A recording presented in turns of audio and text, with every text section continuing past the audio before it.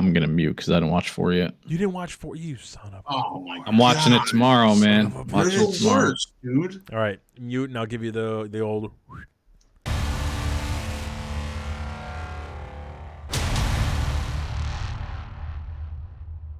What's up? That's fine. What's up, Twitch, and for the future, What up? YouTube, and all the GGEN boys. What's going on, Scythe and Zuplex? Thank you guys for jumping in. As always, Good. We are live. Theater Room episode 58. All the big reviews are coming. Some kind of random news that just came out the last couple of days. We'll start with that, and then we'll go into a long list of what I saw were sequels that either have been announced or at least in the works. And I just kind of want to get your opinion. Do sequels even really matter these days? Should we continue these franchises for trilogies, or should we just go back to new ideas? Before we get into that, though, let's talk about some of the news. So first thing I want to talk about, because Fred and I had a conversation a little earlier, and I feel like it's worth reiterating here on the show. The Mario Brothers movie poster just came out, and they basically gave us the first official look at what the overall aesthetic is going to be for the new movie. I thought it looked fantastic, but Scythe, you had a different opinion? The poster looks good. I'm just not excited, that excited for the movie. I don't know. I'm just kind of over Mario in general as a character.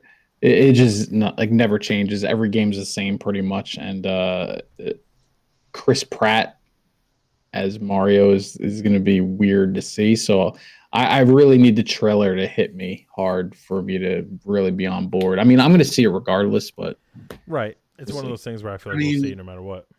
The Chris Pratt thing doesn't really bother me because the movie's animated. You know what I'm saying? Like, if it was Chris Pratt live action Mario, I'd be like, I don't know about that one. But like, it depends on his voice, how he does it, I guess. I don't know. Yeah, he's gonna do a really stereotypical bad Italian plumber accent. It's gonna apparently be super not racist towards Italians, but no one's gonna care because no one cares when you're racist against Italians. So this is true. He's apparently no one does care, but he's apparently not doing that. I mean, he's said in a few interviews, and Nintendo's even confirmed that they've done multiple voices, multiple accents, and kind of settled on one that they were happy with. So I don't think they're going with the generic Italian accent. You know what I mean? I agree with you. These days you can't get away with doing anything that's even remotely racist. So I'm actually surprised that people aren't upset that Chris Pratt is not a short plumber, and they didn't hire a short plumber to play the character. You could definitely get away with it when it's against Italians because no one cares about us. Cardi B made an entire song called WAP, and no one said anything.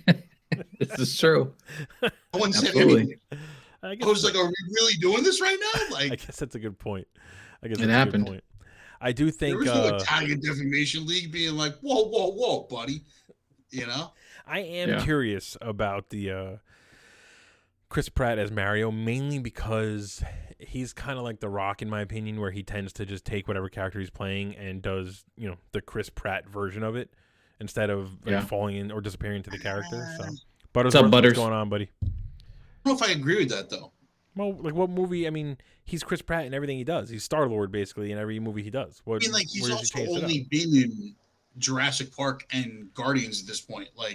That's not true. He was in that Time War movie on Amazon Prime. He has that show that's out now on Amazon Prime. It's all the same character. It was Community forever.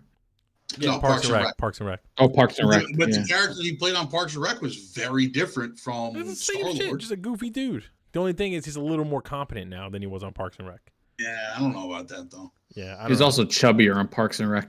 Yeah, he wasn't super goofy in the Jurassic Park movies. Yeah, he's got some range. He did that space movie too with what's her face, Jennifer Lawrence. Listen, I love Chris Pratt. I think I usually enjoy the stuff he's in, but Mario is such a unique voice. I'm very stereotypical, but it's right. That's what we know Mario to be. So it's anything different is going to be weird to hear. So I really have to hear it first. I really think too that Mario would have been an example of where they could have gotten away with not giving him a lot of lines and getting the original voice actor to just come in and bang out. That's all it does. He doesn't need to talk much. My concern is that they're gonna, because it's Chris Pratt, they gotta get their money's worth, right? So I feel like they're gonna really push.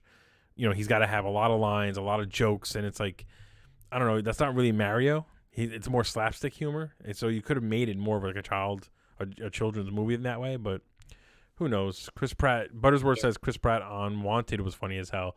I mean, not a lot of people remember he was in the movie Wanted, but he was pretty funny in that movie. One of his was a good movie. Earlier times where I saw Chris Pratt. Wanted was a good movie. I will say I was very skeptical of the Mario movie, and then this poster came out. And the poster, to me, like, they got the look down perfectly for the movie. Yeah, but it's not that look down though. Like, dude, right. we're talking about a Hollywood that tried to make Sonic more human. Okay, so it was weird. I mean, you're not wrong, but they were also doing that in live action. This is a complete cartoon, so it's different. They could have gotten the look wrong. All right. You're also talking about a Nintendo that first thought it was a good idea to hire Bob Hoskins and John Leguizamo to be live action. I will stand by that movie that it's fantastic. I don't care what it is. I love that movie. Well, I do too. Movie. Based off nostalgia goggles, I definitely love the movie too. But come on now. Mm-hmm. Come on now. No, it's trash. It's trash in the best way possible. Right. Correct. And believe me. And if they made a sequel of it, I'd be on board. More than this cartoon. Well, you were like Bob Hoskins and John Leguizamo are coming back to train the new Mario and Luigi. Right. Well, I would love it. Let's do it. Isn't there a sequel for that that's a comic? Like, didn't they do that in the comic form? They came out. It's like a sequel to the Mario Brothers movie. I'm pretty sure it's out. Yeah, I'm not sure. I gotta find it. It might have been a Nintendo Power thing that they did. I agree with you, Butters. I think that's what it was. They also had that show, like the Mario and Luigi Power Hour. That was live action. Well, I love that. That was Power Hour. Yeah, that was Captain Lou Albano, right? Captain Lou Albano. That was Captain Lou Albano. Yeah.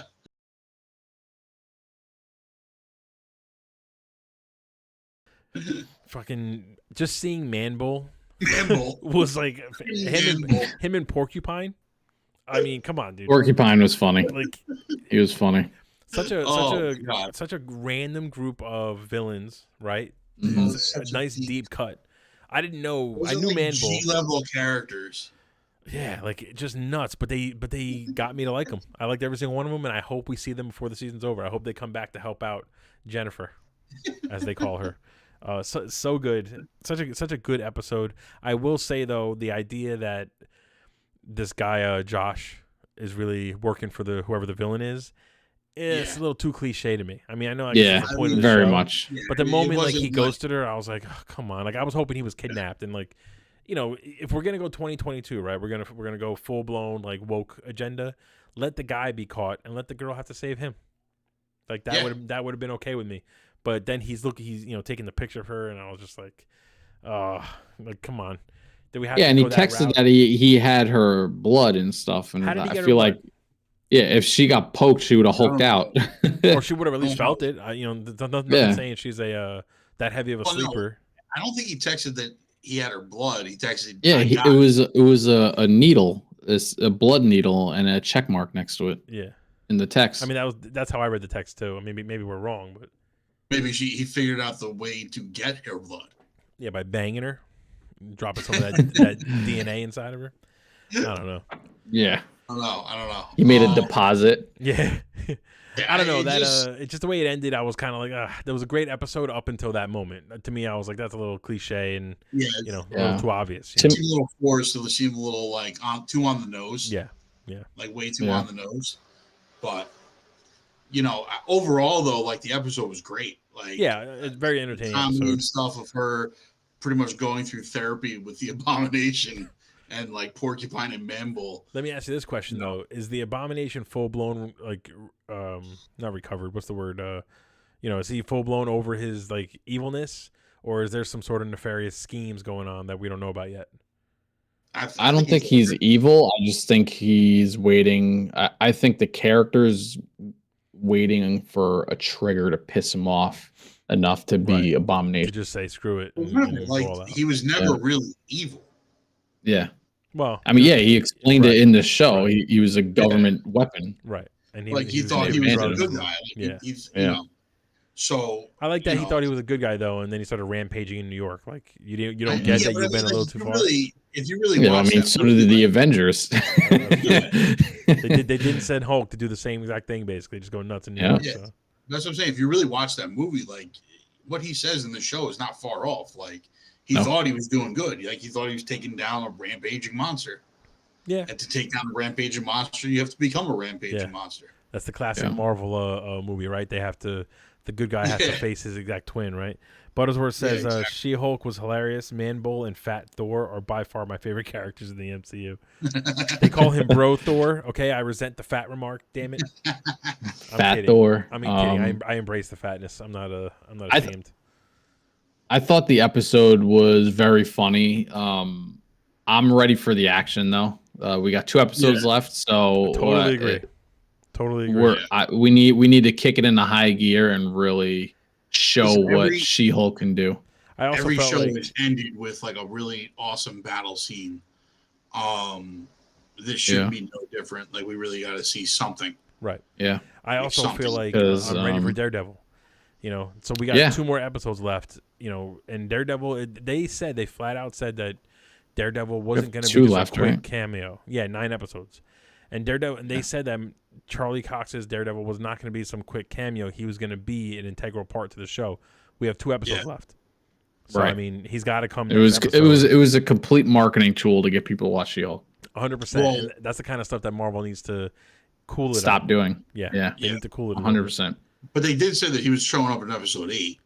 Like Wait. they said that we're supposed to get him next episode, from what I But understand. when did they say Yeah. he was going to show up in episode 8?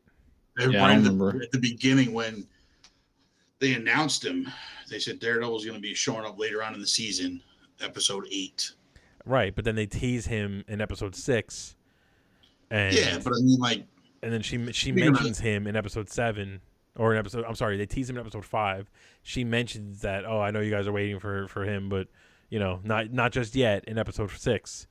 Now we have episode 7. They don't even bring it up. It's like it's just a little. I agree. It's pretty obviously a marketing now? thing. Come on, dude.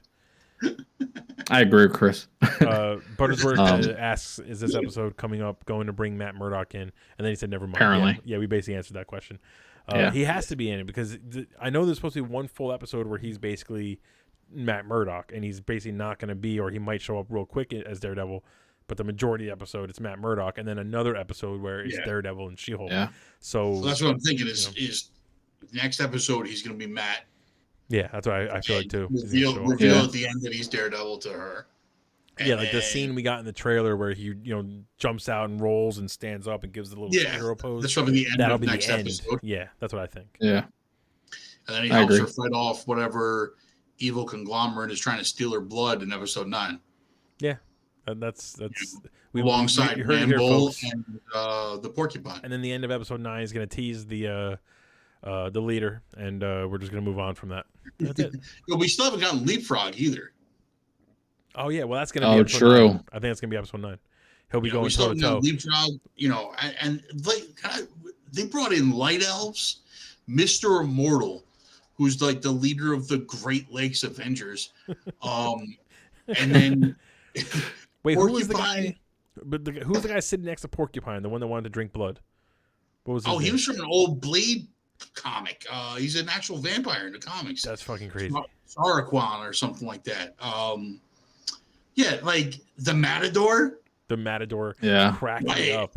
I'm not a Matador. Well, you can see how your whole gimmick screams Matador. I'm a They were great. I'm a swashbuckler. I'm a swashbuckler. So good. It was a great episode. I thought very entertaining. I just didn't like the whole cliche thing at the end. I just thought that it was a little too obvious. More than that. Like, it was very obvious. Right. And not that every TV show we watch doesn't have to be so deep and have all kinds of different twists and all that stuff. However, if the moment you see somebody and you think to yourself, "Oh yeah, he's definitely playing her," and then it ends up being true, you're like, "Okay, let's move on." I think the moment he said, "I think you're pretty great," I was like, "All right, obviously this guy is trying to woo Jennifer Walters." So yeah, well, because they trained us that nobody likes Jen, so right. Obviously the weirdo that likes Jen is gonna be the one that is playing her. Yeah.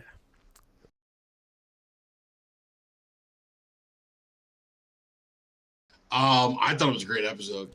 Like, I just love not the a lot show. happened as far as like action wise or anything like Agreed. that, but Agreed. gave us a lot of setup for like where they're going. Well, you can really see why the first 3 episodes were released immediately. So though that was clearly one story, one portion of the story, whatever it is. This was a pilot essentially for, I don't know if it's the remainder of the season or the next few episodes, but this is clearly going to be the conflict for a couple of episodes at least, and then maybe they'll move on from there and give us something else. Well, just showing us how Cassian gets in with the rebellion, basically, like, and gains respect. And gains respect. Yeah. So. I love. I can't remember his character's name, but Skarsgård, Peter Skarsgård's character. I can't pinpoint the name either for some reason. It's just not sticking with me. But his little switch from like rebellion guy to like when he puts his hand in his pocket and starts getting a little flamboyant. I'm like, it's things like that show you how good of an actor these people are. You know. That was amazing. Like, I thought that was really, really good. Like, really, like them showing us how he's planning on like duping everybody else to be like, oh no, I'm not part of the rebellion. I'm this art dealer, right? You know, blah blah blah. And it's also given us a good insight into like what was going on as the Empire started to really take over. That they had like these corporations set up that were handling all privatized security and on these planets in the Senate and all this other stuff. And then all of a sudden, like, they start taking over piece by piece. You see it going on now. Hell yeah. With the woman that's working with Skarsgård. Yep. That she's like, no, Mon Mothma. Yeah. Like they're changing. They've changed my driver 3 times. Like, I love the fact that we're finally getting a glimpse into the spy portion of it, the espionage, like the people who have to live undercover day in and day out, and like, you know, that's something that we haven't seen before. We've heard about it, you know, maybe we got glimpses of it. You know, we obviously you had to know that Padme, that Leia and Mon Mothma in the past, you had to know they did it, but we never saw it, and it almost like kind of took away from the sacrifice those people made. So I love seeing that, and I kind of hope, I know the show is Andor, but I really want to continue to follow Skarsgård and Mon Mothma and like see the shit that they're going through day to day to try and get the funding, to get the weapons, to get the plans. Like, those are all those are big parts. You know what I mean? I think that's going to be the whole show. Like, I think they all die by the end of this. Rogue One's. Well, like, I think everybody. Everyone except for Andor, I guess, right? They all kind of. Well, Mon Mothma doesn't die, right? Because she's going to be in Star Wars Episode 4 and whatever. So you know she survives. Yeah. Skarsgård could go. You know what I mean? I don't know his character at all. And then obviously Andor is going to survive, but for all you know, it's one of those things where he has to like walk away and let the team die in order for him to survive. And again, I gotta fit his character. Rewatch Rogue One also, because like it's already worth watching after watching the 4 episodes. We're not even done with Andor, and I'm already like it feels so much better to watch Rogue One. Yeah. Like, because I'm obviously, because I haven't seen Rogue One in such a long time. I probably should have rewatched it before I started watching Andor, but like all the little nuances from Rogue One in the beginning, you know, like that first like half where they're still putting things together and meeting people and putting the team together and everything like that. Like, I think we're missing a lot of nuances. Yeah. So I think before episode 5, I'm going to try and rewatch Rogue One and see if there's any like. I think it's more about the style. Yeah. Like when if you watch Rogue One, you'll kind of just see that there's a similar way they're shooting the show. You know what I mean? The aesthetic is all the same. Yeah. Everything's gritty and all that stuff. Well, like one of my things is like I vaguely remember from the beginning of Rogue One that Cassian didn't want to get involved because like he had a problem where he lost the whole team. Right. But I don't remember if that's really Rogue One or if I'm making that up in my head or not. Real quick, before we continue, Scythe is over here talking about how hot Andor's eyes are. But Buttersworth, I don't know what you said, but you just got timed out in the chat for 1 second because you used a word that's on the ban list. So just be careful what you say, my man. Damn it, Butters. Buttersworth says questionable judgment. I don't remember if I'm remembering that correctly, or if I'm kind of making that up in my head. You know what I'm saying? Like, I don't know if you remember it all. Like, if he was having problems. Who was having problems? Andor. Having problems Cassian. with what though? At the beginning of Rogue One, having problems because like he had been with the team before that all died. No, they never really talked about that. He didn't really basically talk about it, right? like in the very beginning of Rogue One, he's on a mission. You know, he's basically about to get caught, so he kills his informant. This way, no one knows that he's there. Yeah, that I remember. Next time you see him, he's basically being tasked with bringing Jyn Erso to I forget where he needed to get her. To help her rescue her dad, but he's told when you get there, kill her dad, and then he decides not to do it. The only thing that alludes to him having any kind of team in the past or whatever is talking about how he's been in the fight since he's like 6 years old, and he's basically he knows what he's doing. I do think an interesting thread that if you're paying attention, you catch it. If you know Star Wars, you definitely catch it. But he was a part of the Separatist movement during the Clone Wars. That's where his whole I've been in this fight since I'm 6 years old. The problem, his anger toward or his the thing that's keeping him from fully joining the rebellion right now is that he was a part of the Separatists fighting against the Empire, but in the end, the Separatists were the Empire, and it was just a war that was fabricated to basically give the Emperor power. So he doesn't want to join the rebels because he doesn't trust that they're actually trying to do the right thing. And I guess that's what the show's about, is him learning that the Rebel Alliance is there to actually put an end to the Empire's rule, Gotcha. So I'm excited about that. The fact that it's connected to the prequels and the sequels and the originals, is just awesome to me.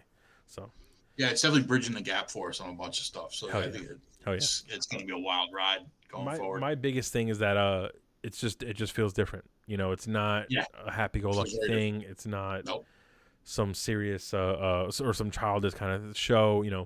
No magic, none of that stuff. It's gritty, boots on the ground, kind of a war show, and that's to me, you can just feel it. Every episode, you can just feel that there's like something can pop off at any moment, and that's what I always want.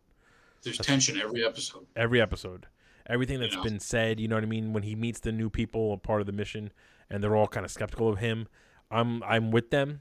Like, I obviously like him because we know him already, but I fully understand why they're just like, you can't bring someone brand new into the mix this late in the game. Yeah, not 2 days before the mission. I think I'm saying it like, it's 3 days before the mission. You want to get us all killed? Right. So I'm really just a fan. Overall, I'm just a fan.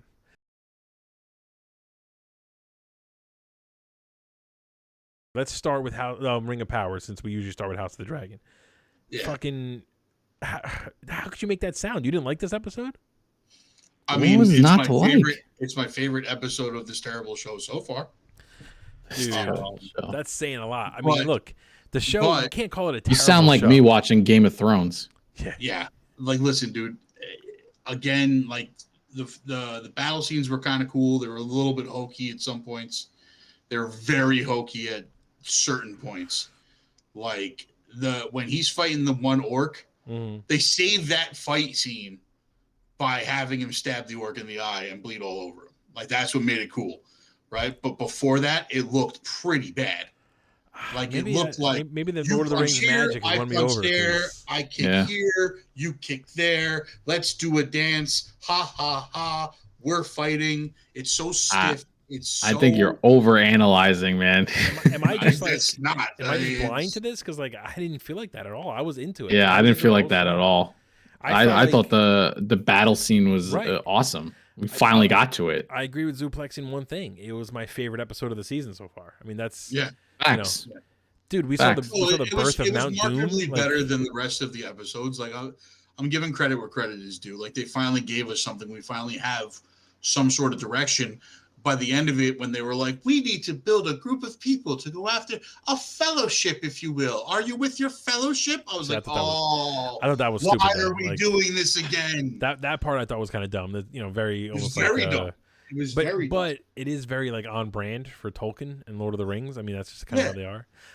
To me, the only part of the episode that I didn't like was the last minute save by I can't even think of the names now, but Lord of the Rings always does that. Like, the battle's about to be lost, and then all of a sudden a new army shows up and saves the day. And like, okay, it works, and it's like it works here and there, but like every fucking battle, like you're telling me that if somebody stubbed their toe, feel like and it slowed them worked down, in this one. They would have lost. To me, that cliche has to be done the right amount of times, and they've kind of overdone it already in just Lord of the Rings in general. You know what I mean? I get what you're saying, but I feel like it worked in this episode because I love the fact that he sent the army in to attack, and it ended up being all their old townspeople. Right. I thought that was amazing. That was really well done. They were just slaughtering their own people without even knowing. So when he sent in the real army of orcs, and all of a sudden they're getting fucking slaughtered, then the cavalry shows up. I thought it was good timing. I liked it. I kind of felt like it was obvious. You know, again, like I kind of thought to me Well, it was like knew they were coming though. Anyway, so yeah, I don't know. Yeah, For once, I would much rather the orcs just slaughtered everybody and called it a day. Well, for once, including these terrible actors that are in this goddamn movie. For once, I'd love to see though that like the army's on its way. And like they're marching and they're all fired up and like they're like, let's do this. They're just over that ridge, and then they get there and they're just too late. Like it's like they basically show up as the other army is like walking out, and it's just like, ah, shit, we shouldn't have stopped for that big war cry that we had before, that big speech. You know what I mean? Like I know that would be a comedy, but like, bro, they thought they won, and we got fucking Mount Doom, man. Mount Doom, that was amazing. Seeing that whole sequence, it was amazing. Good. I didn't even realize it was Mount Doom. I texted my buddy who's a big Lord of the Rings fan the next day, and I'm like, "Wait a minute, you know what the rest is that the birth of Mount Doom?" And he goes, "Yep." What? It's gonna be a bunch of people walking a fucking Mount Doom again. Stop trying to quote Clerks. It's just I think there's only one episode left, if I'm not mistaken. No, that was episode 7? There's like 9 episodes. Yeah, I think there's 2 left. Oh, so we got 2 more. I believe we got 2 left. That was episode 6. They're one behind Game of Thrones. Oh, so then we got 3 left then. Yeah. So, but to me, that's just exciting. I mean, how are they going to top that? They're going to have to go big. They're not. They're not. They're going to have to keep going bigger. It's only 8 episodes long, so we have there's 2 episodes left. This season's going to end with new fellowship being built of the female elf, the dark elf guy, the mother of the kid, a couple of hobbits, what might be Gandor or might be Sauron or might be who's whoever Gandor? Gandalf, whatever. I mean, Gandalf, whatever. It's the same thing. Gandor the Brown. Gandor the Brown. The kid's gonna wind up becoming Sauron. Like, I still think Sauron is gonna be like a big twist. I think they're it's not gonna be. It's the kid. The kid's gonna wind up becoming Sauron. I don't think so. I think we're gonna get some random like the elf that's friends with the dwarf or some shit is gonna suddenly turn. Elrond. Yeah. Elrond's gonna come out as Sauron. I don't know. I think it's going to be some big twist. They're going to hit us with that in a later season. I want to know who the stranger is, and can we find out without the Horrorfoots? Like, can we just get rid of them? Buttersworth said, spoiler, Falcon comes out to fight Smaug. Yeah. I think the show is doing Are we going to get a job. Gollum Falcor, origin story? I think the show is doing its job the right way when we didn't have Elrond and his dwarf buddy in the episode, and I actually was like, oh man, I wanted to kind of see more of that. I love that dynamic. I love their friendship. Yeah, agreed. To me, that's how you know that the show is kind of firing on all cylinders and doing it. But now to me, like, that entire storyline is pointless. Well, the whole point is to build up to making the rings. I mean, that's the whole that whole side of it is. That's where they start the group that builds the rings that Sauron ends up building the one ring to rule them all. I mean, it's a major moment, a major part of Lord of the Rings. That's the whole point. Seems like a bunch of dwarves around to kill him, but I mean, you just want to hate, man. I'm telling you, man. Like, when it comes to Lord of the Rings, like, I want the time that I spent back watching. It's your Game of Thrones, man. It's your Game of Thrones. No, because like I can convince you to watch Game of Thrones and you'll wind up liking it. You can never convince me to watch Lord of the Rings and wind up liking it. People have been trying to do that for years, bro. That's because you won't watch it. There's a difference. Yeah, I'm over. It's done. I mean, to say Lord of the Rings is that bad though is a stretch. I mean, it's got its moments. It's not my favorite, but to flat out say it's bad is, come on now. That's like turning around and saying that like Avatar is horrible. You can't win an Oscar for editing when the movie's 5 hours long. Like, I don't care. Like, Did they win an Oscar for editing? Yeah, it did. It won an Oscar for editing. They didn't edit anything out of the movie. It's ridiculous. Well, they did come out with an extended version and put 45 more minutes into it. So I mean, I clearly know. they got rid of some stuff.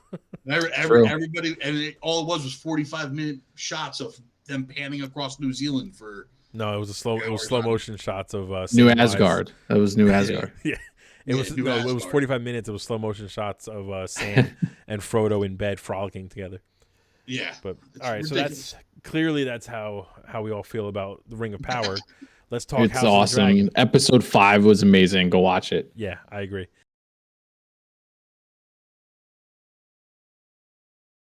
I love this episode, but I still don't think they needed to recast, and that's kind of going to annoy me. The Queen is better than the original actress. Rhaenyra. It would be hard for me. Rhaenyra. Sorry. It would be hard for me to look at her as a mom of 3 kids, the way she looked. I could, that I can agree. I mean, the look that would be difficult to like.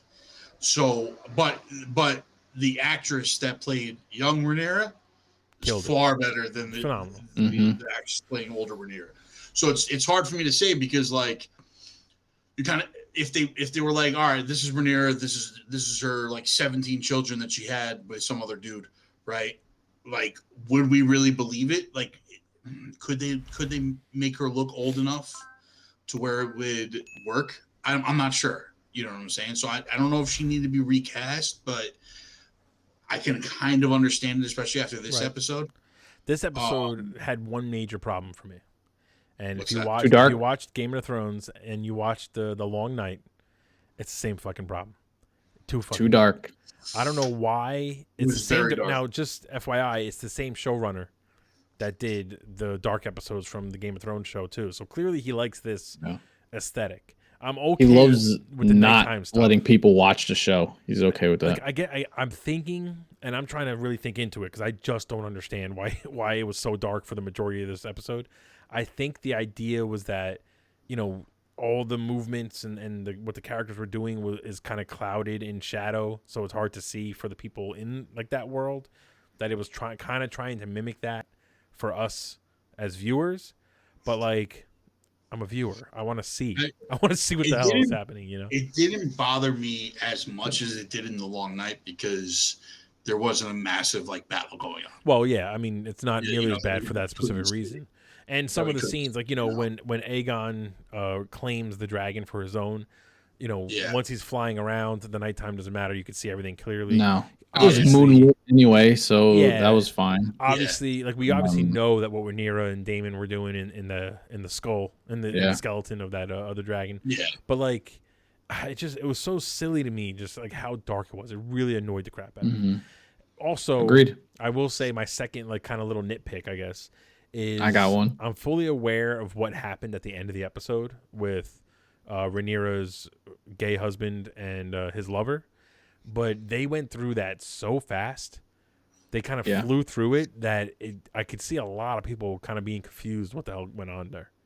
Yeah, I agree with you on that. Like it took me a second, you know what I mean? But then I kind of put it together in my head like, okay, wait, so he killed somebody who looked like her husband. The husband got into a fight in front of witnesses, and now they're fleeing. Right. So, like, I get it, but like, it was like good pacing. Hey, listen, if we're gonna get married, you gotta kill your dude. And she's like, all right, let's do it. Suddenly, there's a big plan, and he's leaving now, and it's like, wait, slow down for a second. You know what I mean? Yeah. But that's a nitpick. That's a nitpick because I figured it out. So, and I don't mean to shit on the episode because I really did love it overall, but I was kind of laughing when after Aegon gets his eye cut out, right? And then Alicent's like, I want an eye for an eye and whatever. And she's basically trying to stab Rhaenyra. And I feel like King Viserys the whole time is like, stop fighting. We're family, damn it. Yeah. Stop fighting. And no one was listening to him. He's like, I'm the king. Nobody's listening. I'm the king. Come on. Like, I will say, why you Tyson? They did a good job in this episode of showing you how like the Civil War is going to start between the kids. Obviously, and again, how involved they're going to be. Because so in the story, I'm familiar with the story pretty well. And in the book, like the kids are a major part of the war. It's not like they're kind of left out of it. I mean, they're nothing but trouble. Sorry, they're going right into nothing but trouble. Buttersworth just said it. Yeah, nothing but trouble. No, but in the book, the kids are, doing not suicide missions, undercover shit. They're doing sneaky stuff to help with the war. So I love the fact that they're not shying away from that in the show. The kids are involved. No, they're not at all. I mean, it seems like the kids are really, because Aegon grows up to be like, because I remember them mentioning him in Game of Thrones. Yes. Oh, he grows up to be a massive fighter. Like, I mean, like he flies like the biggest, toughest dragon. He seems like a boring character, though. So I think that was done on purpose, because I think the point is that he's been kind of mistreated his whole life, picked on by his brothers and family, and like not really given the attention he wants. And now that it's like he loses an eye, and it almost kind of allows him to kind of be like, people are going to underestimate me, but I'm also flying the biggest fucking dragon in the world, the most powerful creature on this planet, and I'm going to fuck you up. And that's kind of what his legacy is, that he will torch everything you own and everything that the people own, just to send a message. You know what I mean? Like, that's his whole kind of MO in the book. So, so that's a big moment. I mean, this episode in particular really brought us to the forefront of this civil war. Every episode beforehand was really more kind of set up and just getting us to know the characters. But this one in particular was pretty much like, this is it. This one versus black, they're going at it. You know what I mean? This one justified the time jump. It may not have justified the changing of actresses, but it definitely justified the time jump. I agree. I guess. I agree. We're getting another time jump, so I can't wait for that. But I don't know if it's gonna be a major time jump. I don't know. We'll see. I mean, we'll see. What happens. What's the name? I love, and it was a very So all right, so when they're fighting in the chamber or whatever, right? And you just see Damon kind of in the background, just like a little smirk on his face, like he's loving every second of what was happening, just the chaos unfolding in his family. Matt Smith kills this role. I mean, really, bro, just him. He doesn't need a line, and he is making a scene come to life. Every time it was so good. I was waiting for him to do something, and he never did anything. And I was loving it, though. I was so into it. He was just letting the world burn, man. He loved it. I did though, that the moment Rhaenyra got cut, that he was very quick to go to that side. Like, that quick little shot where you see Daemon, Rhaenyra, and the Sea Snake. Yeah. It's looking at Otto, Alicent, and I forget who was next to the... I forget the guy's name, but the one, Alicent's little friend right now. Like, it was a very clear, like, the battles are starting. Like, this is basically the beginning of the war. And Fred, you're not going to know this because you didn't watch Game of Thrones, but basically the big war in that show essentially starts with the Stark children and the Lannister children having problems. So it's kind of a little bit of a similar kind of situation where the kids fighting each other are basically what causes this. But are Starks and Lannisters related? No. It's there's no. There is incest in that battle too, but in a different type of way. I'll tell you too. The older son is really starting to grow on me too. Like when the king's like, "Who told you these lies?" He's like, "Look at them." Yeah, like, I love that. The way the way that actor delivered that line, where he was like, "We all know. Just look at him." That was actually really well played. Really. I was like, "This is amazing. Like this kid is fantastic." But it was just a funny little moment that I thought, like, and the king was like, "Ah, shit!" Like everybody knows. But I love how it like cut to the kids, Rhaenyra's kids, and they were kind of like, I mean, it's kind of obvious. So excellent episode. I feel like House of the Dragon is pretty much good. In my opinion, every episode has been phenomenal. There was a little bit of a dip when they switched out the actresses. And, it was just jarring, I think. But it wasn't a bad episode. It was just kind of like, okay, we got to get used to this now. But otherwise, every episode's been great. I feel like with Lord of the Rings, they were all high quality, but there were probably like 2 episodes in there that I found myself a little bored. They were high quality. Like the acting's terrible in most of these episodes. I'll fight you to this day, though. Yeah. The visuals and You're Ring of Power, wrong, buddy. The what's it called? The set work, the set design, like it's good. It's a good show. I don't care what you say. It's a good show. We'll see. Like if I gave House of the Dragon a 9 out of 10, then I would give Lord of the Rings an 8 out of 10, or Ring of Power an 8 out of 10. Ring of Power to me, it's that all the way close. down to a 7 for me. so You're just far. hating. You're just Seven's good though. Seven's good. That's true. Oh, That's man, I true. mean, You heard it here listen, first, folks. He Yep, gave it a that's 7. it. He likes Nope. the show. Nope, we're not talking Listen, Ring of Power give anymore. That's credit it. where Done. credit Nope, is that's due. it. No more reviews. That's it. Ring of Power is a Give 7 out of credit 10. where credit is due. Like you said, the visuals are very good. The story is slow as shit, but it's still a decent story. I have problems with the acting. I have severe problems with the fight choreography. And overall, it's just a slow show. This episode brought it up for me a little bit because something finally happened. Something finally happened. Yeah, I mean, listen, I can't. We've been building to this moment. Yeah, And even that, I wasn't blown away by it. Like you guys were blown away by it. I was wasn't. pretty amped. I was pretty amped by the Yeah, end of it. I was wasn't excited blown away for by it. I was just like, okay, it was a pretty decent battle. Like there was a couple of cool spots, and then there was some spots that I was just like, oh my god, really? Like why? You know what I mean? Like just I don't know. The orcs look terrible to me too. I don't know what it is. I don't mind I that. disagree. I think they're lit too much. I think they're lighting them too much. They should be darker. You know what I mean? Like it's kind of hide the. You know what it reminds me of? The special effects remind me of Ash versus the Evil Dead. Like that Showtime show that they did with Ash and the Evil Dead and stuff like that. I love like, the Ash vs. Evil Dead. Don't be I talking love shit about I love that show also, but if you're gonna do a serious show, like That wasn't a doing- serious show. exactly, that's my point. This is supposed to be a serious show. Oh. So like it's a disconnect with that style of like makeup and prosthetics and like special effects. They don't go with the tone of the show. See, I don't agree. I can't agree with that. I think they fit the Lord of the Rings like aesthetic and they look awesome.